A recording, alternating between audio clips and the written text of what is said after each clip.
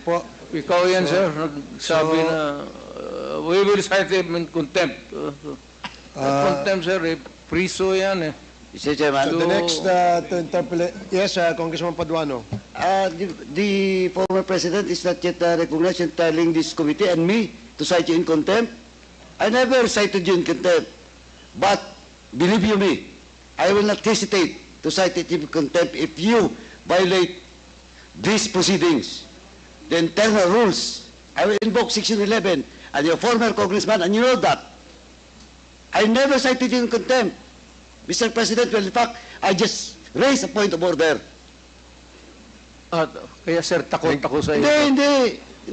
Thank you. Hindi ka dapat matakot for as long as you follow the rules of this ako, sir. committee and you should respect the members of this committee. I will Thank you, Mr. Chairman. behave, sir, because of you. Thank you.